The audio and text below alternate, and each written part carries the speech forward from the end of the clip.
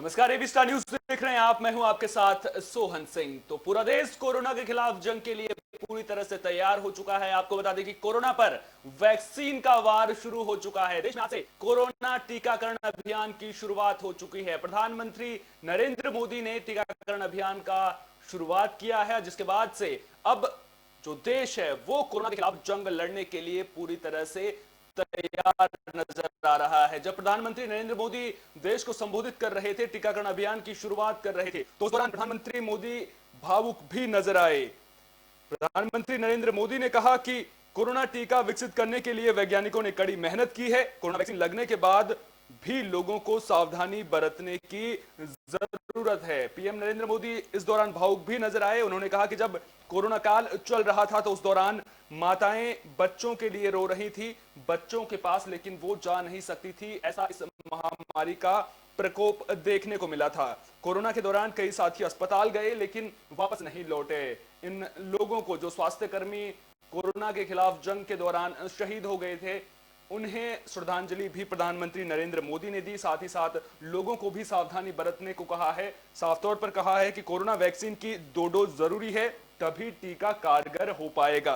प्रधानमंत्री नरेंद्र मोदी ने कहा कि कम समय में 2 मेड इन इंडिया टीके बने, जो भारत के टैलेंट को पूरी दुनिया के सामने दिखाते हैं। इस दौरान प्रधानमंत्री नरेंद्र मोदी ने रामधारी सिंह दिनकर का भी जिक्र किया।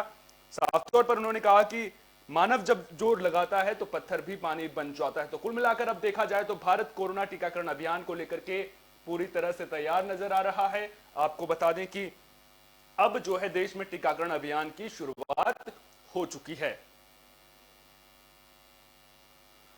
इसी खबर पर जानकारी के लिए मेरे साथ न्यूज रूम से मेरे वरिष्ठ सहयोगी प्रेम उपाध्याय जुड़ चुके हैं। प्रेम जी, आज से कोरोना टीकाकरण अभियान की शुरुआत हो चुकी है। वैक्सीन का वार जो है वो कोरोना पर हो रहा है और कहीं ना कहीं इसे देश के लिए बड़ी कामयाबी माना जाएगा, क्योंकि इस टीकाकरण अभियान पर केवल भारत की ही नहीं बल्कि पूरी दुनिया की नजरें होंगी। देखिए, वैक्सीनेशन का जो कार्यक्रम है उसको कितने अच्छी तरह से लागू किया जाना है, इसको लेकर एक पूरी कार्यप्रणाली तय की गई थी। पुणे के सीरम इंस्टीट्यूट से निकाल करके देश के कोने कोने तक पहुंचाने की जो जिम्मेदारी थी वो काफी महत्वपूर्ण जिम्मेदारी थी। किस तरह से एक एक जिले में जो मुख्य चिकित्सा अधिकारी हैं उन तक कोविड की वैक्सीन पहुंची है और उनकी देखरेख में जो फर्स्ट फ्रंट लाइनर वॉरियर्स है उनको लगाई जाएगी। ये अपने आप में बहुत बड़ा अभियान है। 135 करोड़ के देश में कोने कोने तक अगर वैक्सीन को पहुंचाना संभव हुआ है तो इसमें सरकार की कार्यप्रणाली को कहीं ना कहीं सराहना करनी होगी। सबसे अहम बात, प्रधानमंत्री ने जो जिक्र किया कि माएं अपने बच्चों तक नहीं जा पाती थी। बेंगलोर का एक दृश्य आया था जो विजुअल हम लोग सामने आए थे, जिसमें एक मेडिकल स्टाफ थी जो अपने बच्चे से बहुत दूरी से हाय हेलो कर रही थी, रो रही थी, लेकिन वो उससे मिलने नहीं गई क्योंकि कोविड जो बीमारी, कोरोना जो बीमारी है, इसको लेकर संशय ये है कि इसका इलाज अब कारगर है कि नहीं है, इसको लेकर संशय है। सबसे अहम बात, टीकाकरण का जो फर्स्ट फ्रंट लाइन वॉरियर्स हैं उनको देने का बाद ये निगरानी की जाएगी कि क्या होने वाला है, किस तरह का असर होगा, क्या ये पूरी तरह सेफ है। हालांकि अभी तक ये कहा गया है कि सेफ है, लेकिन 18 साल से ऊपर के लोगों को ही ये वैक्सीन लगाई जाएगी।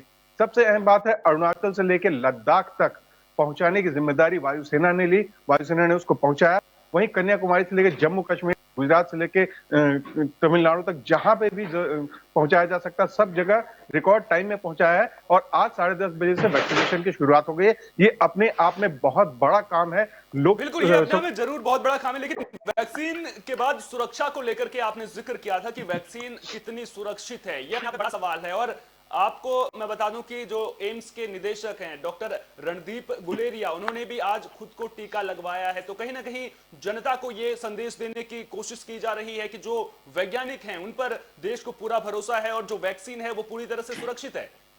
जी हाँ, देखिए, डॉक्टर गुलेरिया जो एम्स के निदेशक हैं उन्होंने भी अपने आप को वैक्सीनेट करवाया है, ये जानकारी देते हुए कि मैं अगर इसको ले रहा हूं तो किसी तरह का भ्रम में रहने की जरूरत नहीं है, क्योंकि कई तरह के भ्रम भी फैलाए गए हैं। कई ऐसे संस्थान है जो ये कह रहे हैं कि इससे चिप बन जाएगी, चिप जो है बॉडी में रहेगी और इंसानों के, जबकि ऐसा कुछ भी नहीं है। आपको याद होगा कि नोटबंदी के दौरान भी इस तरह के दावे किए गए थे कि नोट में चिप लगी हुई है जो जमीन के अंदर से भी जो है सिग्नल ले लेगी, लेकिन इस वैक्सीन में ऐसा कुछ नहीं। ये पूरी तरह कोरोना के खिलाफ एक हथियार के तौर पर देखी जा रही है। इस वैक्सीन का इस्तेमाल किया जाएगा एक ही बॉडी पर। अभी ये देखना बाकी है कि कौन सी वैक्सीन ज्यादा कारगर होती है। दो तरह की वैक्सीन भारत में उपलब्ध है और विदेश से भी जो वैक्सीन आनी है, ऑक्सफोर्ड की जो वैक्सीन आनी है, उसको लेकर भी सरकार जो है प्रयास कर रही है कि वो वैक्सीन भी आ जाए।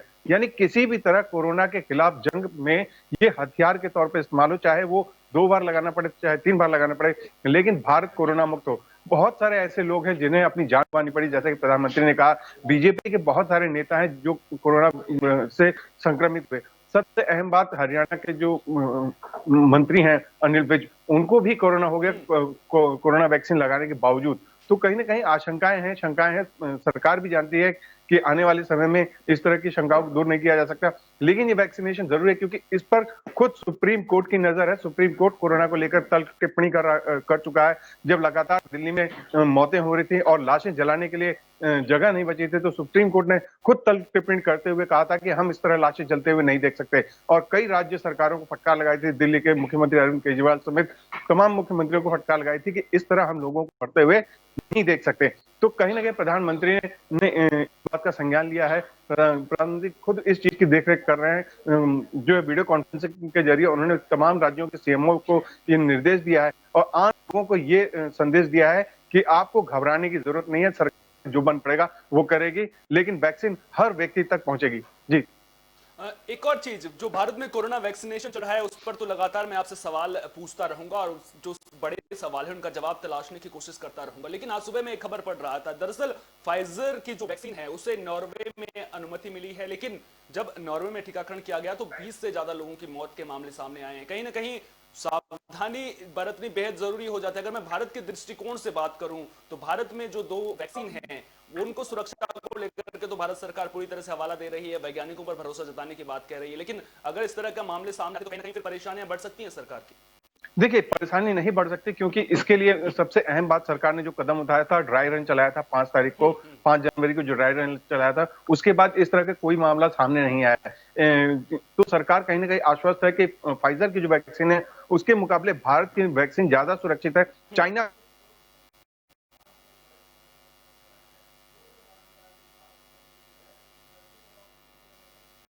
जारी और उसका वहन जो है सरकार कर रही है, तो ये अपने आप में बहुत मायने रखता है क्योंकि सरकार जानती है अपने वैज्ञानिकों पर, उसने भरोसा किया है।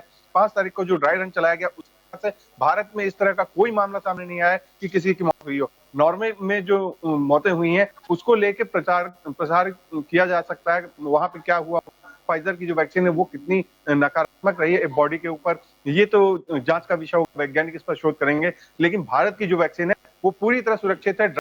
ये साबित हो चुका है क्योंकि ड्राई रन में जिन लोगों को वैक्सीन लगाया गया उनमें से किसी की भी मौत की जानकारी नहीं आई है क्योंकि निगरानी की जा रही थी, क्लोज जो नजर रखी जाती है वो रखा जा रहा था कि उनकी बॉडी पर क्या प्रभाव पड़ता है।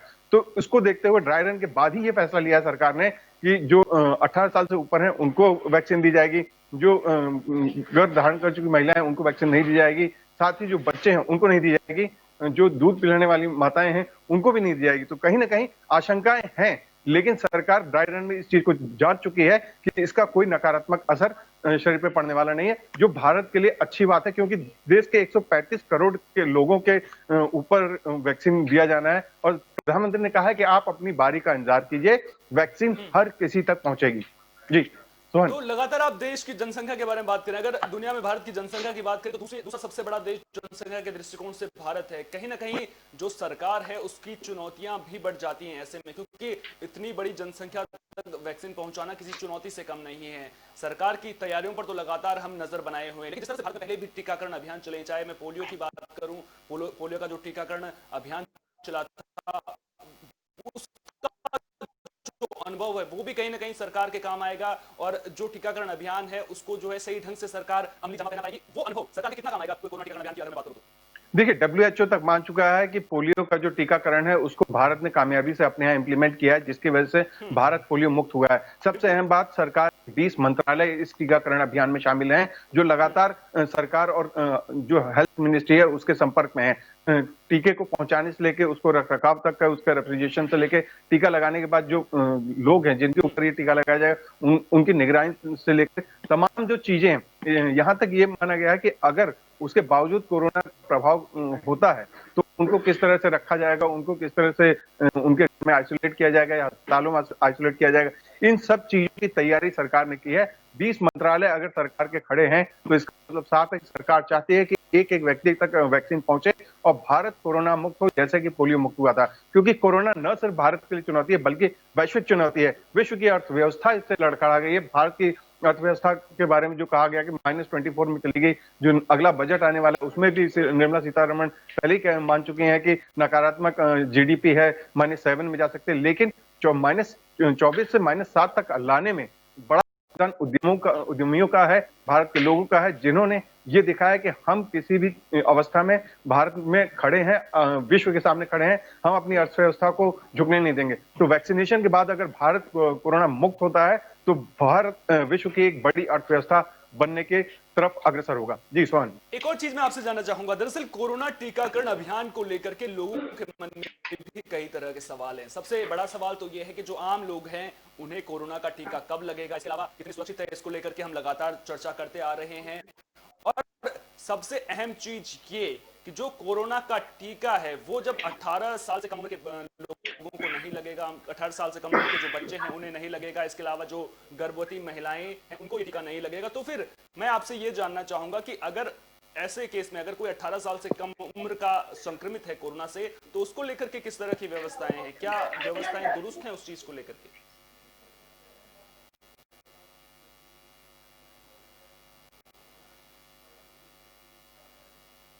लगेगा तो उसके बाद उनकी निगरानी होगी। अगर उनके ऊपर प्रभाव सकारात्मक होता है तो ही जाके वो लोगों को लगना शुरू होगा। आम लोगों को लगने के बाद इसका कम से कम 1 महीने तक निगरानी की जाएगी, 2 टीके लगाए जाएंगे। 2 टीकों के बाद अगर वो कोरोना मुक्त होने की दिशा में अग्रसर हैं तो कहीं ना कहीं शोध तो चल ही रहे हैं, वैज्ञानिक अपने स्तर पर काम कर ही रहे हैं। तब उसके बाद हो सकता है कि सरकार फैसला ले कि बच्चों तक को ये टीका लगाया जाना है, क्योंकि अभी बहुत ज्यादा संशय की स्थिति नहीं है। सरकार मान चुकी है, क्योंकि ड्राई रन में भी हमने देखा है कि बहुत ज्यादा इसका नकारात्मक प्रभाव पड़ा ही नहीं है। तो आने वाले समय में वैज्ञानिक शोध तो कर ही रहे हैं। एक एहतियात के तौर पे महिलाओं को जो गर्भवती हैं या जो बच्चों को दूध पिला रही हैं, उनको एक एहतियात के तौर पर अभी इससे बाहर रखा गया है। लेकिन ऐसा नहीं है कि उनको वैक्सीन नहीं लगेगी या बच्चों को वैक्सीन नहीं लगेगी। अभी एहतियातन ये एक ड्राई रन का अगला चरण कि जो first line front line warrior health कर्मी हैं उनको लगाने के बाद, क्योंकि वो चिकित्सालयों के आसपास रहते हैं,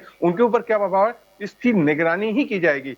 1 महीने के बाद जब दूसरा टीका इनको लग चुका होगा उसके बाद ही तय होगा कि ये कितना सुरक्षित है और आगे देश भर में इसको किस तरह से लगाया जाएगा। एहतियातन जो है अभी तक जो महिलाएं हैं और जो गर्भवती महिलाएं, माफ कीजिएगा, जो गर्भवती महिलाएं और जो बच्चे हैं 18 साल से कम उम्र की जिनकी आयु, इनको टीका नहीं लगाया जा रहा है, क्योंकि कई बार क्या होता है कि टीके के प्रतिकूल असर भी देखने को मिलता है। लेकिन इसके अलावा हर चीज को लेकर के एक सिस्टम होता है। और कोरोना वैक्सीनेशन की अगर मैं बात करूं, कोरोना का जो टीकाकरण अभियान है इसको लेकर के मैं बात करूं, तो इसको लेकर के भी सरकार ने एक जो है सिस्टम तैयार किया है, कोविन ऐप को लॉन्च किया गया है। आपसे जानना चाहूंगा कि जो कोविन ऐप है वो किस तरह से काम करेगी और उस पर जो पंजीकरण करवाना होगा उसको लेकर के किस तरह से जो आम लोग हैं वो अपना पंजीकरण करवा पाएंगे। कोविन ऐप को लेकर के हमारे दर्शकों को बताइए।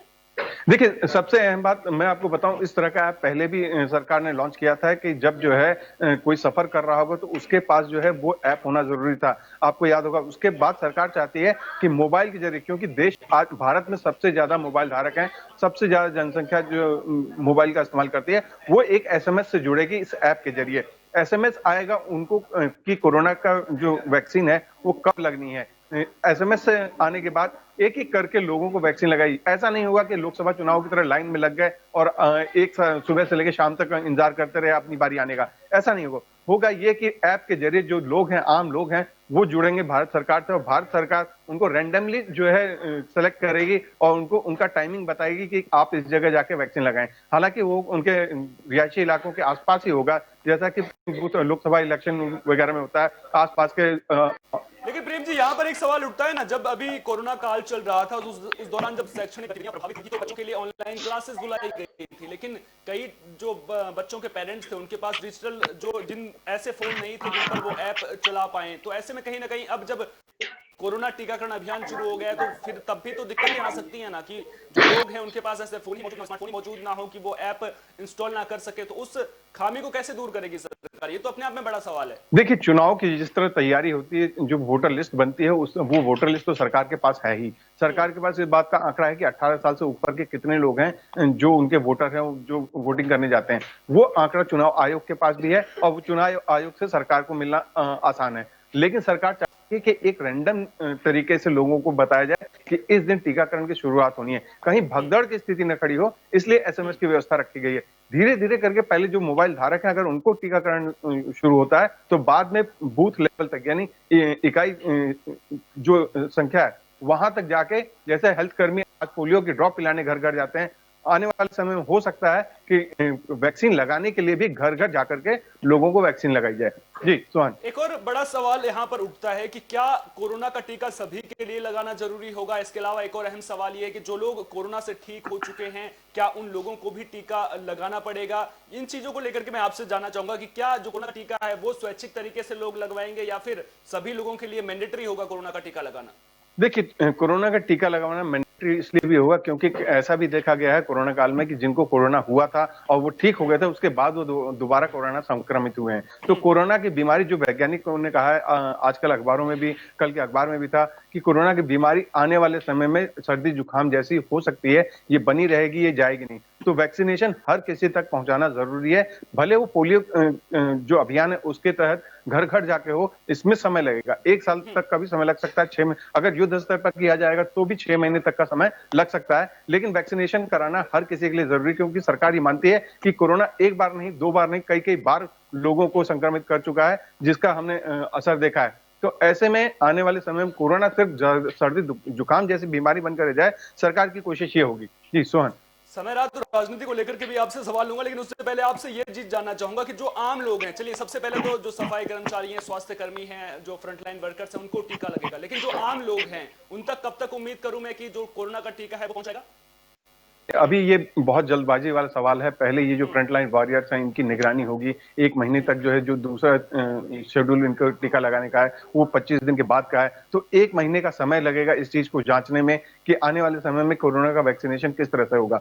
सबसे पहले फ्रंटलाइन वॉरियर्स को लगाया, तो उसके बाद जो सुरक्षा कर्मी है, सैन्य कर्मी है, उनको कोरोना का वैक्सीनेशन कराया जाएगा, क्योंकि उनका जो सुरक्षा कर्मी है वो देश की सुरक्षा के लिए भी है, उनका जो स्वस्थ रहना है वो बहुत ज्यादा जरूरी है। तो पुलिस कर्मियों को और स्वास्थ्य कर्मियों को पहले चरण में टीका लगाया जा रहा है, लेकिन जो सैन्य कर्मी है, उनको जो सरहद पर तैनात है, दूसरे चरण में उनको टीका लगाया जा सकता है। उसके बाद जो है आम लोगों को उनके टीकाकरण की बारी आएगी। जी कौन?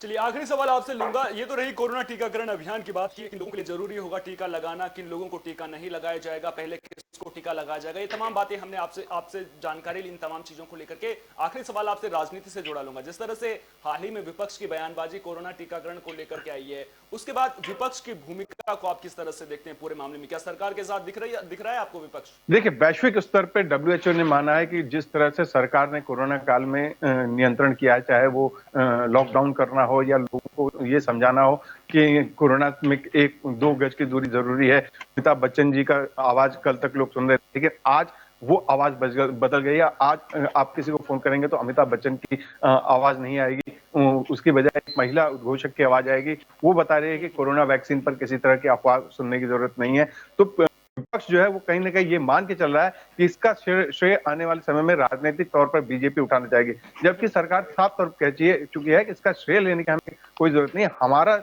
इरादा है कि देश की जनता स्वस्थ रहे। तो राजनीति तो इस पर होगी, क्योंकि आने वाले समय में पश्चिम बंगाल में चुनाव है, उत्तर प्रदेश में प्रधान के चुनाव है, उत्तराखंड में चुनाव होंगे, उत्तर प्रदेश में लोकसभा, माफ कीजिए, विधानसभा के भी चुनाव है। तो राजनीति तो इस पे होना तय है। जी सोहन। चलिए बहुत बहुत शुक्रिया प्रेम उपाध्याय जी, आप हमसे जुड़े और आपने तमाम जानकारी हमारे साथ साझा की। उम्मीद करूंगा कि दर्शकों को जो है वो जो कोरोना वैक्सीन है उसको लेकर के जो भी अहम जानकारियां हैं वो हमारे दर्शकों तक पहुंच गई होंगी। तो आज से देश में कोरोना वैक्सीनेशन की प्रक्रिया शुरू हो चुकी है, कोरोना टीकाकरण अभियान की शुरुआत हो चुकी है। पूरे देश के लिए ये एक तरह से गर्व की बात है और पूरा देश जो है वो हमारे वैज्ञानिकों को सलाम कर रहा है, क्योंकि इतने कम समय में 2 मेड इन इंडिया वैक्सीन बनाना किसी चुनौती से कम नहीं था। पूरा भारत ही नहीं बल्कि पूरी दुनिया भी आज इस टीकाकरण अभियान की ओर टकटकी लगाए देख रही है, क्योंकि अगर भारत में टीकाकरण अभियान सफल होता है तो कहीं ना कहीं भारत भी, जो भारत की हमेशा से परंपरा रही है, वसुधैव कुटुंबकम की परंपरा को लेकर भारत आगे बढ़ा है, और पूरी दुनिया की नजरें इसलिए भी जरूरी होंगी क्योंकि मदद कहीं ना कहीं भारत पूरी दुनिया को वैक्सीन के जरिए पहुंचा सकता है और वैश्विक स्तर पर भी जो भारत की पकड़ है वो मजबूत हो सकती है। तो आज से कोरोना टीकाकरण अभियान की शुरुआत हो चुकी है। उम्मीद करेंगे कि जो ये टीकाकरण अभियान है वो सफल होगा, ताकि जो दुनिया है उससे कोरोना का जो खतरा है वो पूरी तरह से टल सके। फिलहाल के लिए इस बुलेटिन में मुझे दीजिए इजाजत। नमस्कार।